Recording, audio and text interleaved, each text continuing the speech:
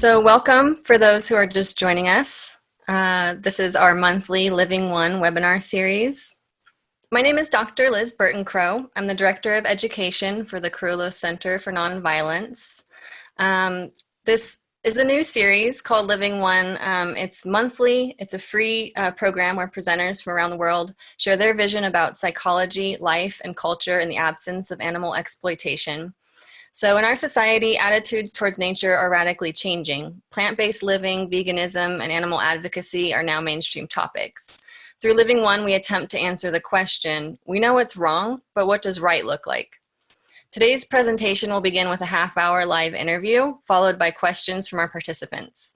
While we ask that you remain muted during the presentation, please feel free to raise your hand or type questions in the chat box at any time.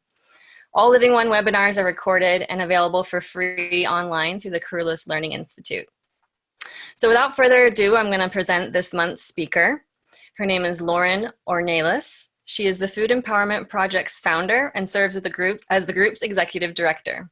Lauren has been active in the animal rights movement for more than 30 years. She is the former executive director of Viva USA, a national nonprofit vegan advocacy organization established in 1999.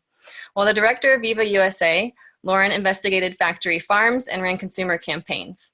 In cooperation with activists across the country, she persuaded Trader Joe's to stop selling all duck meat and achieved corporate changes within Whole Foods Market, Pier Imports, and others, as well as helped halt the construction of an industrial dairy operation in California. Lauren helped inspire the founder of Whole Foods Market to become a vegan, and she served as campaign director with the Silicon Valley Toxics Coalition for 6 years. So welcome to Lauren. We're very happy to have you, honored to have you here. And today, Lauren will be interviewed by Dr. Gay Bradshaw, who is the founder and executive director of the Ornelas Center for Nonviolence. So without further ado, I'm going to hand it over to Dr. Bradshaw. Thank you, Liz, and welcome everyone. Lauren, this is, as we were just talking earlier, a real incredible opportunity to have you totally at our mercy to ask you questions and hear your thoughts. Just to sort of give a background or context for listeners and viewers, can you say something about the arc of your personal, psychological, and other aspects of your life that have brought you and what you've experienced in the animal rights movement, or more broadly, the liberation movement, which involves humans and animals?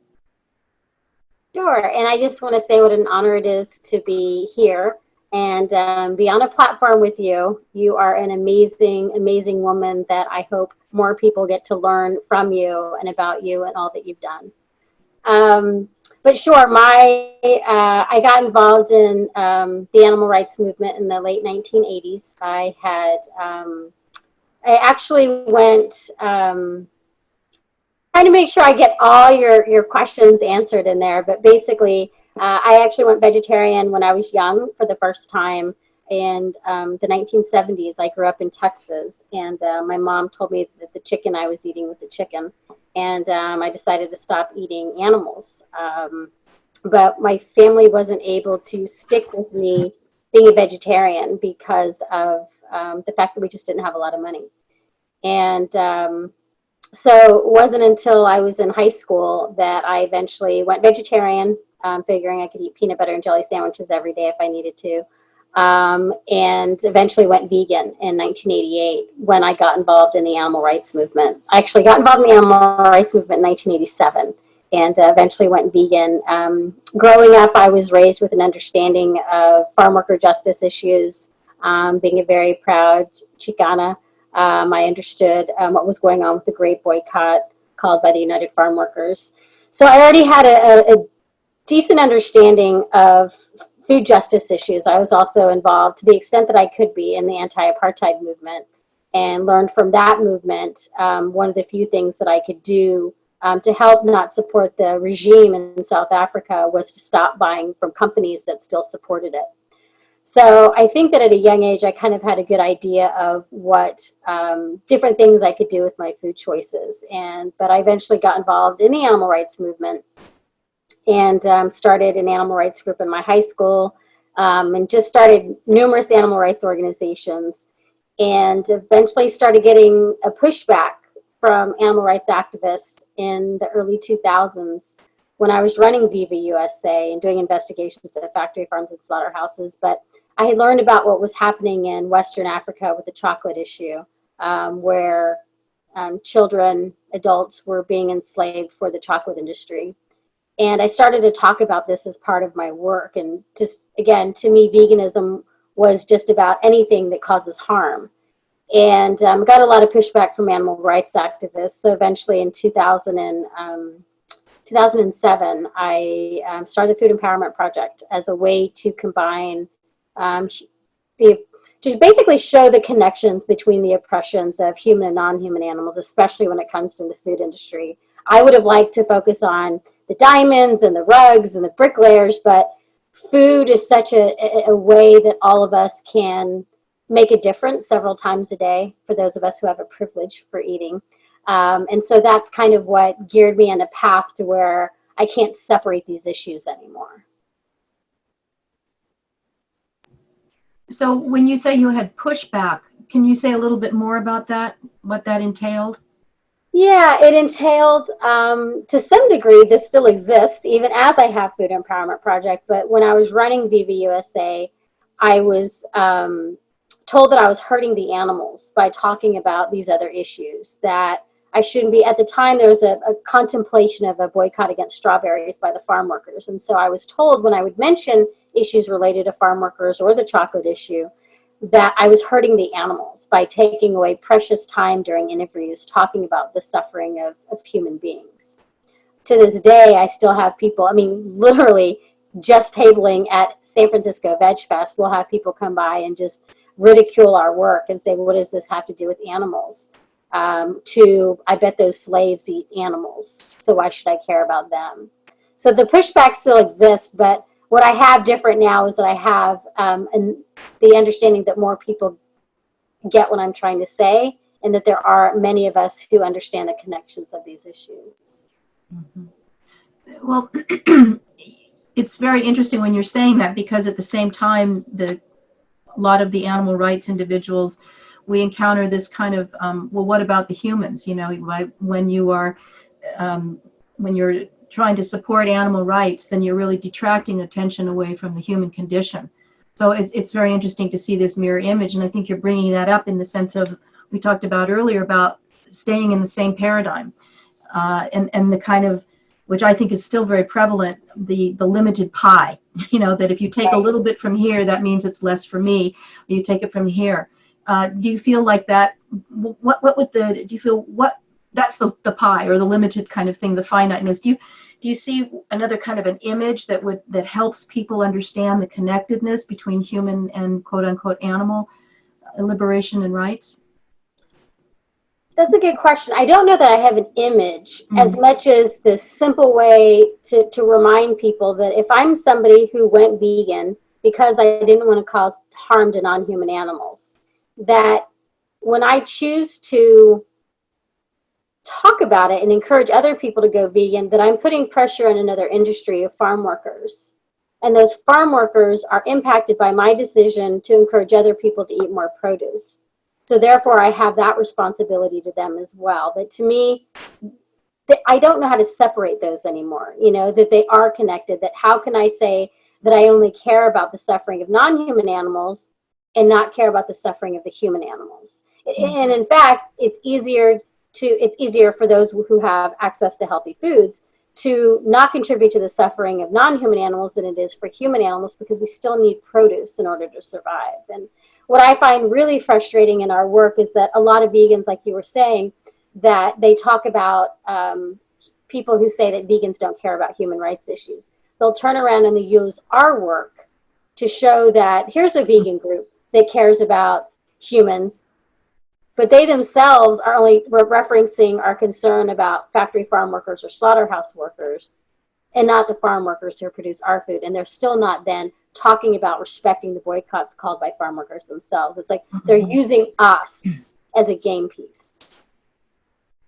So do you feel, why is that hard for some people? Why do some people see the difference so starkly, and you, for example, and others don't see this divide?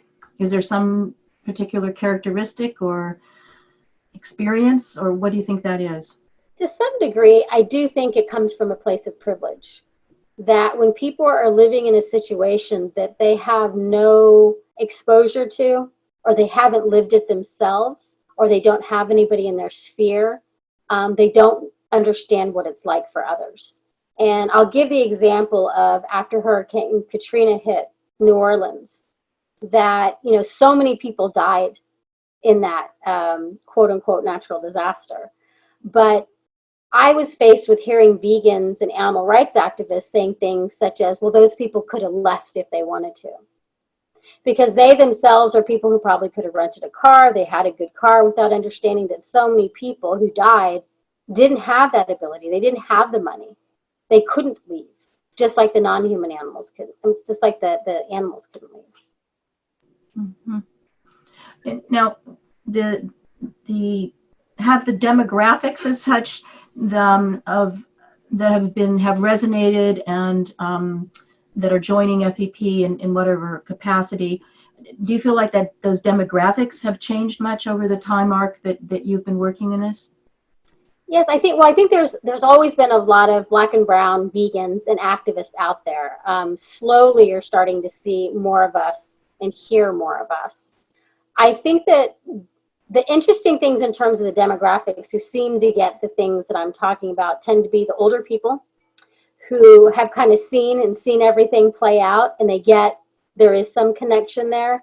And it's the young people, this new young generation doesn't even need for me to explain it to them. Whereas I still struggle to explain how these issues are connected. It seems this younger generation, like it's built in, they already get it. So it's been, and I would say that if you'd asked me this question 10 years ago, I would have been sticking with the older people and maybe the academics and teachers and who seem to get it. But now I can say this younger generation is pretty spectacular. Mm-hmm, mm-hmm. And do you feel like there's a real discontinuity between those populations as such? That's a good question. I'm not sure. I don't know if maybe this younger generation, because of exposure and to the world outside their own bubble, maybe that's what gives them a greater understanding of suffering that isn't just limited to themselves. Mm-hmm, mm-hmm. And maybe you can reflect on that, your own sort of personal, I mean, you kind of gave us the milestones in your life of your arc, but can you reflect on some sort of personal psychological shifts that you made? In other words, for example, you had said that, you don't see them as the human and the non-human as anything different. Was there a particular point in that case where something gelled, or were there some psychological shifts along this arc? Not really. I think that when I look back in hindsight and I look at the fact that at the age I went vegetarian, was the chicken issue was also at a point in time when my parents were getting a divorce and my mom had to raise my sisters and I by herself. And I kind of was, left to who could take care of me. And growing up in Texas, I would see all the cows in the fields and I just had this pain in my chest at the thought of the moms and the babies not being together. And so in hindsight, I look back on it and I say, I wonder if it was just that pain that I went through of missing my mom and didn't want to cause that to human or non-humans, because that's kind of the same thing in all of this, is that family bond that's ripped apart, whether it be what the horrific things in which we're doing to immigrants right now on the borders of separating the families. And I don't mean to equate the suffering because it is very different suffering. But I am saying that family bonds are human and non-human animals share those. And I don't know if maybe that's some of what I went through was just not wanting to contribute to that, to no matter whose family it was. Mm-hmm, mm-hmm. And that was an interesting point. You said you didn't think the suffering was necessarily the same. Obviously, there's a uniqueness to every individual. But do you think there's something fundamentally different then between the two? The suffering of, say, the factory farm and the detainees and things like that? Or is that more of a superficial characterization in the sense of suffering? Suffering is suffering. I would think that, and I don't know. You probably know better than I do. But I would say that there is something about historical trauma that humans have that I don't know at this point if non-human animals have that same historical trauma or not. Now, they have other forms of trauma, obviously, but I don't know if they have the same thing that Black people in the United States have, this knowledge of how their ancestors were treated. The same thing for, American Indians in this country. That I don't know if that historical trauma is the same thing, and that will continue with everybody who's being impacted right now. That is going to last them for generations. Right. Yeah. That's a good point. So this sort of leads us into this thing of this sort of new paradigm. And again, this and sort of the raison d'etre of this webinar is to at sort of a meta level and more of a detail level, there's a deeper understanding and appreciation for the mechanisms and issues which underlie quote unquote animal rights and human rights.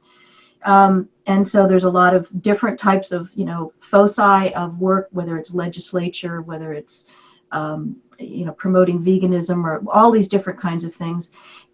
What do you feel, though, is sort of this future vision? In other words, what are your reflections? Like our tagline says, we know what's wrong, but what does right look like? What can you kind of start to maybe sketch out what your vision might be? Of what when we get what we want, when everything's, sort of Disneyland, everything's fine. Not really, it's not that, but in the notion of, that there are these milestones that have happened. Other activists will disagree. They don't think that the animal rights movement as such is quote unquote succeeding. So I don't know where that definition is, whether you want to go there or not. There definitely is a shift, as you've described, in terms of younger generations and things. Their starting point is completely different than my generation, for example. So what do you see in terms of the logical kind of unfolding that would really resonate with the principles that you are promoting? So, sorry, because so many things come to my mind when you're saying everything, but more like, what do I see as how things would look? Or yeah, whatever comes to your mind, say it. Everyday living. I mean, this is sort of, hopefully we'll get into the more the nitty gritty, but the fact is that our dominant culture and its residuals, even though it is changing, is based on animal exploitation. And within that, or connected to that, is again this paradigm of human exploitation of a certain differential, we'll call it that. So and those have been so powerful in terms of shaping our perceptions, our relationships, our interpersonal relationships with each other as humans, how we make living. Every aspect of our culture has been is underlain by this substrate of exploitation.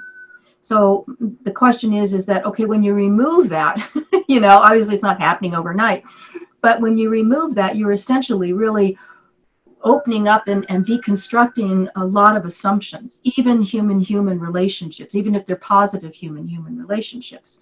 So I guess what I'm saying is when that starts to evaporate, when that starts to deconstruct, what do you see as this emergent way of living? For example, right now, just two examples in humanity. Okay, so we look 500 years ago, the way American Indians were generalized, living was very different than now. Then even the colonizers who came to North America were living very differently than they are now. So when we remove some of the ideology and then also the mechanisms, because that's really the heart, the perpetuation of these systems, what do we need to look for? What are the things that we should strive for? And what does it look like for everyday life? I know that's a big question, but just go wherever it goes. Well, help me through it. I think that to get to that place is going to take a very long time. And I don't say that because I feel like we could have a society where a lot of the abuse towards animals is lessened, like we're seeing happen to some degree. You're seeing places ban fur. You're seeing California ban the sale of fur. You're seeing some changes.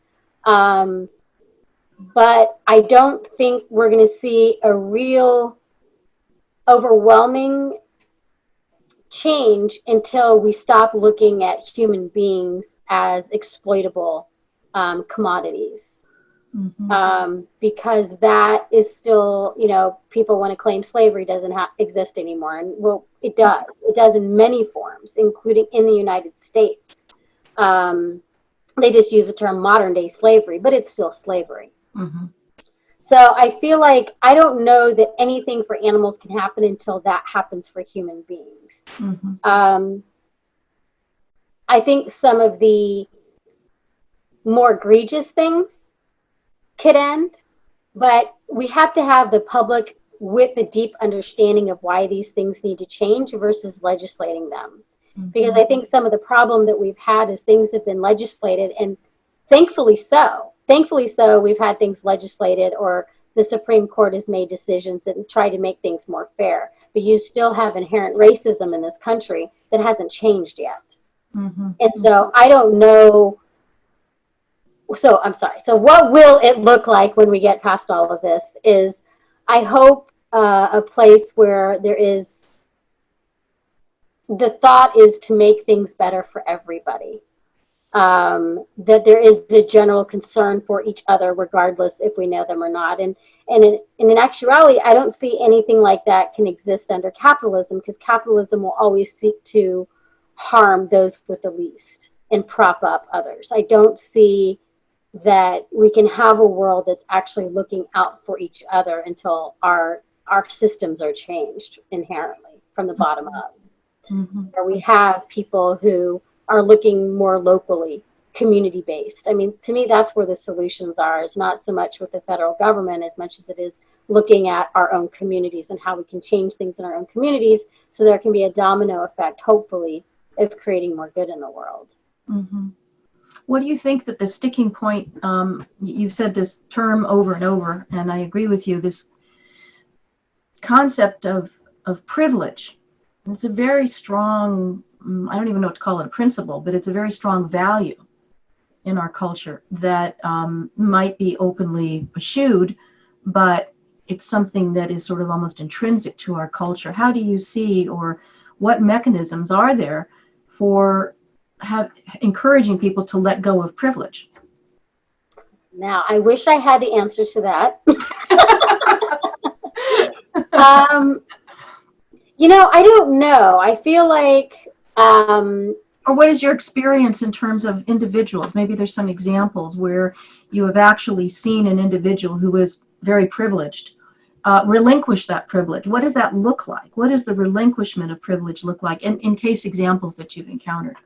I would say people relinquishing that looks like people being open to other people's experiences, being different than their own, looking at the world in a different way. I mean, quite frankly, that's what it does, is it makes people look at things in a different way, not from their own perspective, but the perspective of others. And I think I've seen that a lot when it comes to our work on lack of access to healthy foods in Black and Brown communities and Indigenous communities, because people, when they live and they work and they're only in one area, they have no idea what it is like for other people. Just like people who I've worked with who are Black or Brown and they are living in these communities, we had them surveying some of the work we did in Santa Clara County, where we had them survey outside of San Jose and survey to Palo Alto, which is a very affluent area. They had no idea how different those grocery stores looked and how different they smelled. So I think that once the realization, the dawning, they look at the world differently. And I think that to some degree, some of that has to come from them experiencing it, being the willingness to go look at it. And also maybe people who they respect start talking about it more and start reminding them in a way that doesn't make them defensive that they are coming from a different place. You just reminded me when I was at Stanford, I lived in East Palo Alto.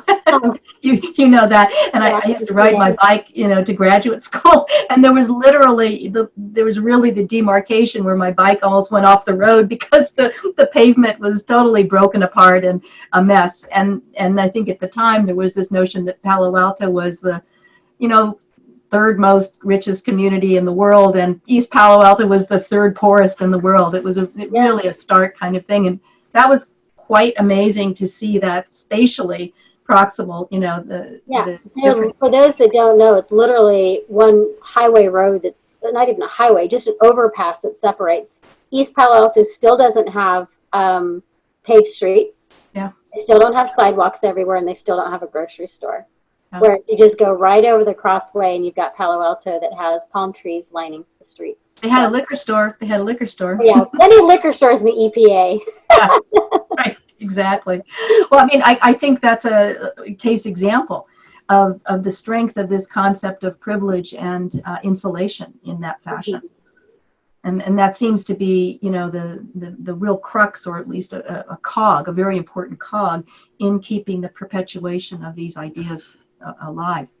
And just switching over in terms of that, how would farmed animals, for example, do you see their liberation? All of them are domesticated, which I refer to as, it's different, and I believe in terms of their own perception, but that I think that they are suffering from historical trauma.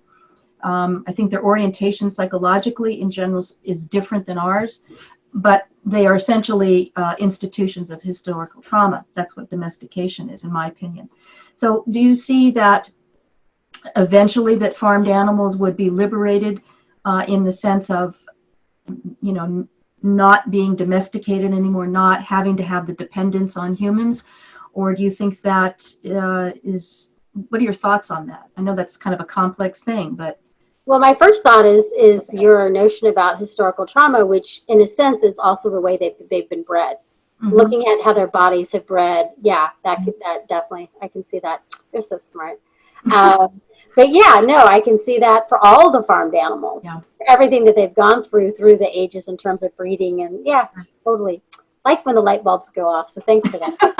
I think that probably we would see a lot of these animals not exist anymore. And I think that's okay for them, but I think that you do have maybe more of their wilder ancestors, especially the ones who are still, like the javelina or, some of those animals who would still be out there. But yeah, I think that maybe they wouldn't exist anymore. And I think that would be okay. I spoke to another sanctuary founder, and that's what she was saying. And to me, though, we're now encountering little versions of these sort of ethical junctures and difficulties. For example, the two that come to mind are the spay neuter. It's right to spay and neuter your dogs and your cats and blah blah blah. The other one has to do with feral cats. Which is another example of the radical differences in philosophies and opinions within this sort of umbrella we call animal advocacy, where people are saying, are very strong, save the wolf, but when it comes to a feral cat, it's like kill all the cats because they're killing the birds. There's that wildlife farmed kind of distinction as well. So do you want to say a few things about those things? Because others, I think these are sort of early sticking points that are coming up in terms of how do we change our role from being a social engineer to someone who is promoting the agency of another species who is suffering from institutional trauma? Right. Well, I think it's great to be thinking and talking about it now. I think for so long we've kind of been in a situation of emergency, like we've got to fix how bad things are right now. Let's not talk about what happens when we get there. And I think for me personally, I feel like that's an issue that hasn't been dealt with, especially when we look at things like the perpetuation of promoting like cage-free eggs or free range or things like that we haven't really thought about how damaging that could be in general when we're trying to talk about animals as sentient beings who none of that thing should be happening to them. So we didn't really have these discussions. But yeah, I do think I'm not one to think that we should kill all the feral cats. I think we have a responsibility to wildlife, though, and I think that some of that responsibility starts with our own companion animals by not letting our cats outside and figuring out ways to have enrichment for them to where they're not taking another life. But yeah, I think that talking about, like you're saying, the agency in terms of spaying and neutering is definitely areas that we need to be talking about now. Yeah.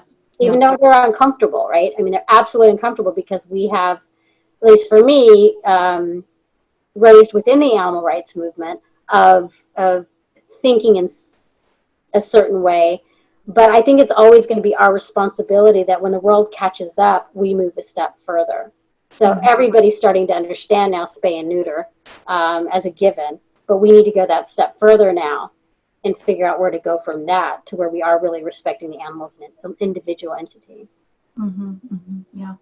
I think that, like I said, I think they're good because they do bring up these contradictions and kind of the mess that we're in and the messiness that we're going to be encountering along the way, where there is no right, quote unquote, right answer necessarily, or perfect answer in that way. And I think maybe about plant-based eating and lifestyles and veganism, if you want to say that, I'm leading you on this question, but to me, it's a very powerful movement insofar as that it will shift our baseline perception of issues and problems. I mean, that's how I look at it. It's just like if we could snap our fingers and everyone become vegan, I think that we would be looking at a very different landscape, political landscape, ecological landscape, social landscape. I think that, it depends on the veganism thing, right? It depends on people's definition of veganism, because if they're just vegan for their diet, they're still going to be contributing to the suffering of non-human animals in other ways. So that's why it's really important. I think we as activists need to get past this, just the diet way of looking at veganism, and it includes everything, experimentation.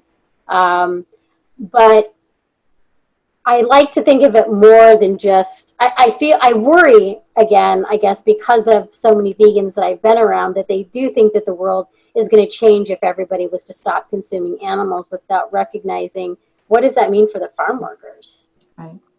I mean, by all means, I want everybody to not consume non-human animals, but that doesn't solve the problem of what's happening to the farm workers. In fact, it might get worse for them. So we need to have a better understanding of justice. For one thing, is that justice should be for everybody, and our compassion, including vegans, need to widen our circle of compassion to include human animals as well, and not people that maybe a lot of vegans see as trying to think of a better way of putting this. But I think that a lot of the issues that I work on, the people that we're talking about who are being impacted are Black and brown people. And so I think that inherent racism that still exists is a problem when we're trying to get people to understand that it has to go beyond non-human animals, and it has to include human animals. Because unfortunately, I could see vegans saying the same thing. Well, the farm workers, they have a choice. They can get into another job if they want to. They could go advocate for themselves if they want to, without understanding the actual vulnerability in the situation that they're placed in because of racism and exploitation that exists in our country. So to kind of just to close up, I know we're close to closing. Are there some new programs that you're interested in pursuing that you're developing? I know you said you were writing a book. Yeah, thanks for just telling everybody, Gay. Yes. Everyone find out. Cover is blown. Exactly. Darn it. Now you have to write it. I know, right? That's the problem. What about that book? I thought I know. 5 years from now. Yeah, I do. I am continuing to write a book, kind of talking about all these issues and in a digestible way, I hope, for everyone. And, I think in terms of the work that we're doing at Food Empowerment Project is continuing on a path of, for non-human animals, we have the veganism work we have vegan Mexican food and vegan Filipino food. We're coming out with vegan Lao food. Again, all of these in English and the languages that they should be in as well. But also our work on lack of access to healthy foods is really trying to have self-reliance. So we're working on worker-owned cooperatives and, obviously people growing their own food as a way to get off a system that was never made for them. So, our approach is always different in the sense that we want to get vegans to think about the impacts that they're having on human animals as well. And obviously people working on these other issues to think about non-human animals, and knowing that there is a way that they all connect and we have to all fight together to stop the different forces of oppression and exploitation that take place, because the more we are together on one side, the stronger we are. And the more we let these industries and these individuals who seek to exploit and oppress divide us, the weaker we're going to be, and we're never going to be able to overcome it. Mm-hmm. Thank you. I have one more last question. Can you tell us about your earrings? Yes, my earrings are of my hero, and I believe somebody else on the line, of Steve Biko, who is my and your hero, who was involved in the anti-apartheid struggle and was murdered by the regime there. And I think everybody should learn about Steve Biko, especially Black and brown people, I think, too, because he really gives us an understanding of why we need to be more proud and more vocal about our pride. Mm-hmm. So we'll dedicate this webinar to him. Absolutely. Thank you so much, Lauren. Thank you. I'm sure there are people who have questions. Thank you so much. That was perfect. Thank you both. That was a wonderful interview. And reminding participants, if you have any questions, you can type them in the chat box now, or you can raise your hand. And for the Q&A portion, I'm going to be handing it over to Lauren Bailey and Ashley Heron, who are our board members at the Carullo Center. But so far I don't see any, unless you guys have some that have been sent to you directly.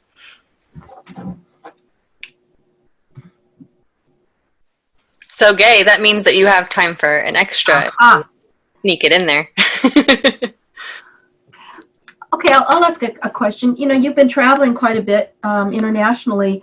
Are you finding much difference significantly between the different ethnic groups and nations that you've been visiting? I don't, that's a two-part answer for me. One is that what I found is that the same issues that Black and brown and indigenous people are facing here are very similar to what I've seen in the Maori, the Aborigines, the First Nations. In terms of lack of access to healthy food, you can compare a Maori in New Zealand to somebody in Oakland, California, and they're saying the exact same things about lack of access to healthy foods. When it comes to the audiences and what they take away and what they're getting out of it, I would say that people in the United States do not get it at all the way that people in the other countries do. It's like I'm still having to explain to people why the work that Food Empowerment Project does is related to veganism and why it's important and how these issues are connected. But in these other countries, there's no explanation needed. Why do you think that is? Because of gay. Because I think that the United States, all countries, I think, have a racist history. Any colonized country, I should say. But I think that we are just awash with capitalism here. I think that we are just strictly a society who thinks it's absolutely okay to exploit and harm others, whereas you have people, say, in England who are more familiar with, and maybe it's because of their media. Our media is very corporate controlled, and I do mean by advertisers as well, that they are exposed more. A lot of the articles that have come out regarding the chocolate issue and what happens in places for chocolate, up until the Washington Post started coming out with their series this year, pretty much wasn't coming out in the U.S. as much. It's pretty much European dominated. So I think that that's some of it. I don't know why, but that's my guess. Well, this is too large a topic, but I was very interested in, for example, the gun laws. And I was talking with a couple of colleagues, one in Canada, one in Australia, and one in South America, which of course is, very heterogeneous. And there is something really significant, no surprise, in terms of who came here, who came into power and why. Right. So I think the historical roots and this is getting to trauma in that sense, I think is really important, because all of these things are traumatic. And then they're sort of ingested and embodied in such a way that they become the culture. So I think that right there, and the historical understanding and comparison is a very critical view to really sort of undoing these kind of Gordian knots in that way. Right. Is there another question, or should I ask you another one? I have a question, if that's okay. So when you were saying that you became vegetarian at a young age, that resonated with me, because when I was 3 years old, I decided to become vegetarian. My family weren't, and my grandparents would tell me the ways of life. They would say, well, this is the pig, and we have to kill the pig for you to eat it. And that wasn't to put me off, that was to tell me, well, that's what happens. So I guess in sort of a similar way to you, that's how I did. Like at 3 years old, I said to my parents, my grandparents, I don't remember doing this, but I said, I don't want to eat my friends anymore. And they respected that choice, and I was very fortunate to be able to be given that choice, but they didn't feed it me anymore, and then later on became vegan. But my question is that a lot of people have the view that if you bring up your child or you let them have that choice of being vegetarian or vegan at the very young age, that they say that it's almost like neglect, because it's like, well, they should have that choice. And I've seen a lot of people, like a few of my friends have had children, and they raise their children, their babies, as vegan. And a lot of people have said, well, they don't have a choice. But my argument is that even if they were brought up non-vegan or non-vegetarian, then they're still not having that choice. So I just wanted to see your view on that, really. Well, good for you, first of all, for being so compassionate at such a young age. I guess I think that I think it would cause more trauma to a child to have, at such a young age, their parents not respect their decision and not to appreciate literally the compassion of their child. I mean, that basically having a child eat animals anyway just seems traumatic, not only because the kid now thinks that she's doing something wrong, but her parents aren't going to respect her decision. I also think that, in terms of children, vegans who are raising their children to be vegan, I mean, obviously, I think that's fantastic. And I know lots of vegan children. But I think especially when you look at, again, Black and brown people who colonization is what brought dairy to our lands. I mean, as a Mexican, it's Columbus's fourth voyage where he brought the cows over to dairy. And so that's why many of us can't consume the milk of, another species. And again, that's something that Food Empowerment Project calls lactose normal, not lactose intolerant, because there's nothing wrong with us. But so I think that when you look at that as even more area for abuse in the terms of they're harming their children's bodies. So I guess, I think that it's way worse for a parent to do otherwise to their child. And I would think that would be for anything, especially unless it's something that's actually bad for the child. When in reality, all the parents are going to be able to show as the kid gets older that it's actually better for them not to be consuming that. And what baby's going to want more? I mean, they're actually wanting more fruits and vegetables, right? Because that's what they're going to be raised with, which is actually better for them. So anyway. Thank you. So I believe Zachary has a question. So if you wanted to go ahead and unmute yourself and ask away or show your face, whichever. Oh my God, sorry. Is it working? Yeah, you're good now. Okay. Shoot, what was my question? Yeah, I guess I was wondering if there are any kind of kind of like important pieces of language you like to use when kind of talking about kind of like those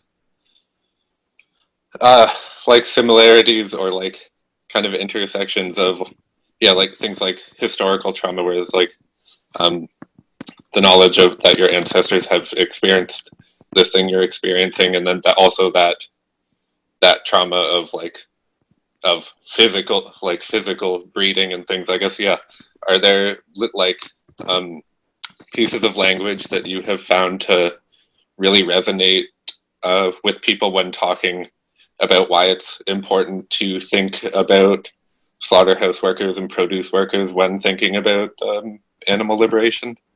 That makes sense?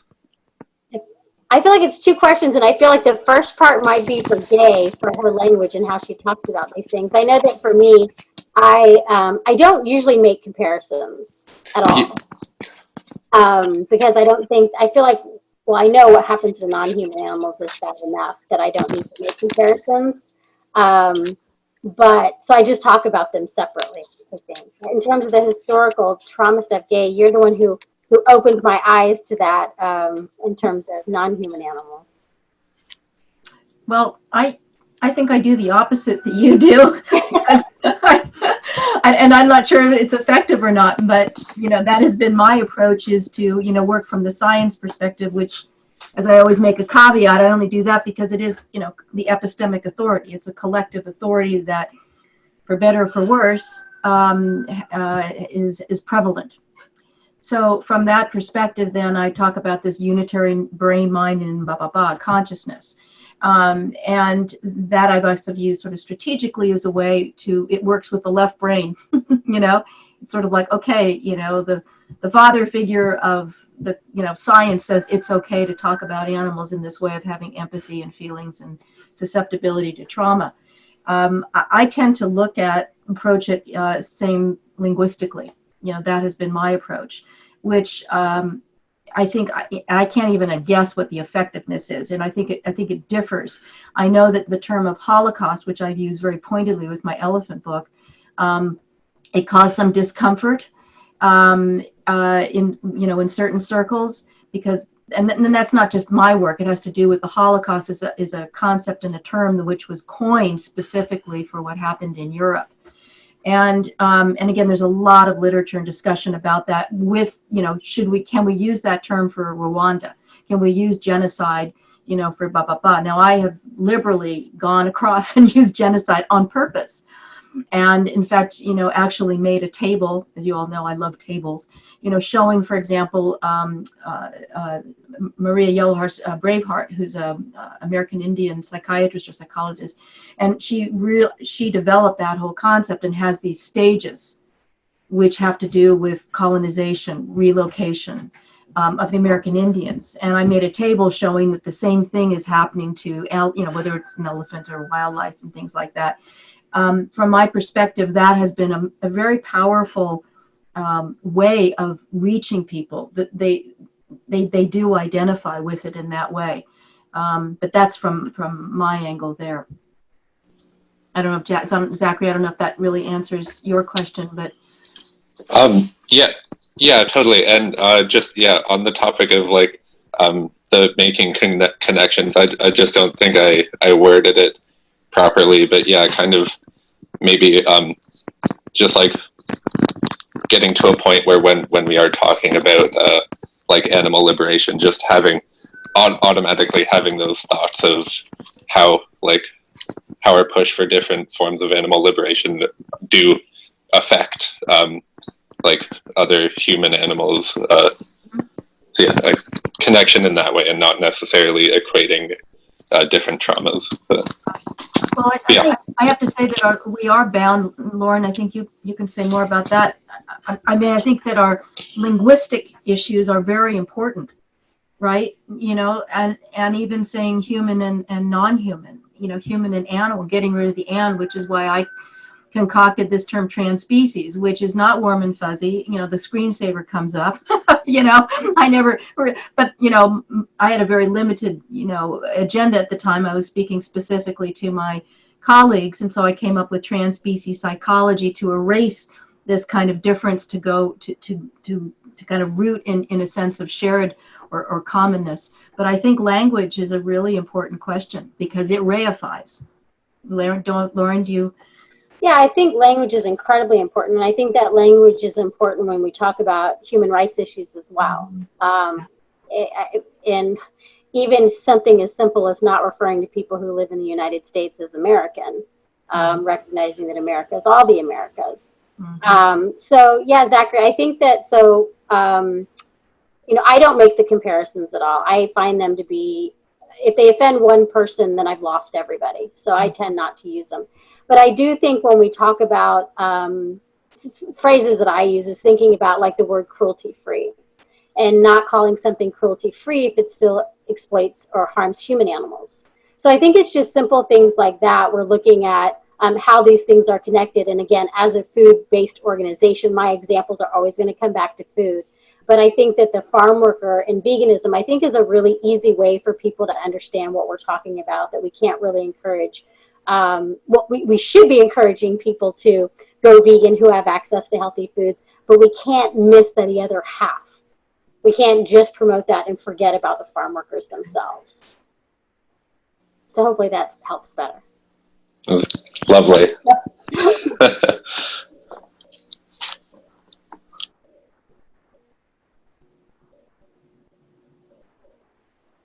Did we have any other questions? There's nothing in the chat box that I can see. Well, I think you've impressed everyone, Lauren, with a lot of food for thought. Well, thank you. And you've just blown my mind, and I have to replay this to look up some of the words you used. But you know, it's been incredibly fruitful. And Zachary, thank you for your question, and Lauren as well. This is the kind of conversation that I think is so important, and it's the reason we've started this webinar, is to have these kinds of questions. And there may not be an answer. You know, part of it is, which I think is also really important, is this notion of of relational exchange. I think that too is it's so hard because, you know, I think that for me growing up, the world having to change and kind of restart from scratch was always the big bomb dropping. But now we're seeing the world, we're seeing fires where I'm at, we're seeing hurricanes, we're seeing flooding, that the notion of where, when, and how are things going to change is so dependent on the earth. You know, and our ability to change or not, our unwillingness to change anything. So I feel like my notion is always having to rethink and everything, because I'm like, I don't know what anything's going to look like anymore. Yeah. Right.